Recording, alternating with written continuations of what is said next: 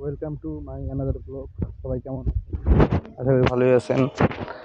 আজকে আমার মেয়ের জন্মদিন, কিন্তু আমার মেয়ে জানে না।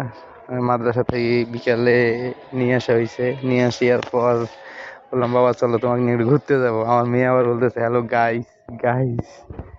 তা আমার মেয়ে বলতে, বাবা কই নিয়ে যাবো? আমি বললাম তুমি যা খাবা তোমাকে ওই জায়গায় খাইতে নিয়ে যাবো। তা আমার মেয়ে সবসময় আমি যা বলি তাই করে। তা আজকে মেয়েকে নিয়ে যাচ্ছি, দেখি মেয়ের কি খাইতে মনে চায়। আপনার সাথে থাকবেন, ভিডিওটা দেখবেন, লাইক শেয়ার কমেন্ট, আমার ইউটিউব চ্যানেলে সাবস্ক্রাইব করে দিবেন। মেয়ে ধরতেছে, আমি ভিডিও করতেছি, যাচ্ছি আমি সাতটা বলতে দিক দিয়ে। খুবই সুন্দর বিকেলবেলা, ভালো লাগে। এখন বলতে, বাবা আমার ভিডিও করবে না? আমি বললাম তুমি সিঁড়ি দিয়ে ওঠো, আমি ভিডিও করতেছি। কিন্তু সিঁড়ি দিয়ে উঠতে আমার মেয়ের অবস্থা পুরা খারাপ হয়ে গেছে, কি বলবো, একদম মাথা নষ্ট।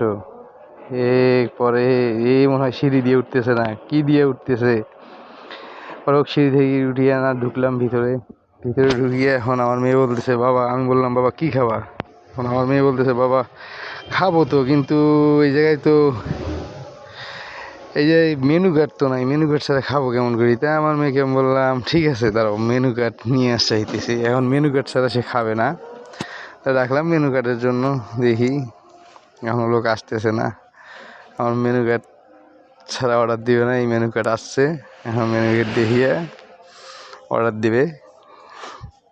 তো সে চিকেন আর বার্গার চুজ করলো।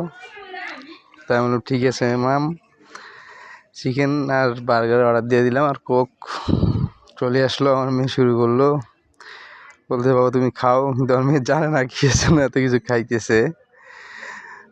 তা ও বলতেছে বাবা কিসের জন্য? ও আবার আম্মুর জন্য নিয়ে যেতে বললো। তা ঠিক আছে, আমি বললাম তোমার আম্মুর জন্য পার্সেল নিয়ে যাবো।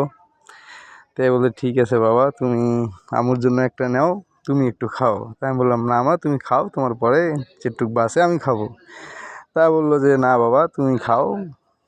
তাই আমি বললাম না মা তুমি খাও। এরকম মেয়ে মেয়ে আর বাবার মধ্যে একটুখানি ইয়ে হচ্ছে। তারপরে বললাম দেখি মা একটু ভিডিও করি। পরে মেয়ে আর বার্গার খাচ্ছে, মুখে টুকে ভরে।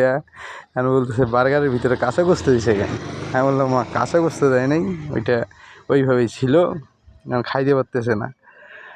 এখন বলতে খিদে তো আমার মিটে গেছে বাবা, আমি আর কিছু খাবো না। পরে আমি বললাম আর কি খাবা দেখো। পরে বললো আমি হাঁপসি গেছি একবারে, আর খাইতে পারতেছি না, আর খাবে না, হাঁপসি গেছে।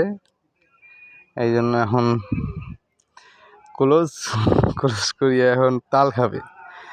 দেখি তালের দোকান পাইলাম, তা বললাম যে দেখি তাল নিলাম, বছরের নতুন তাল।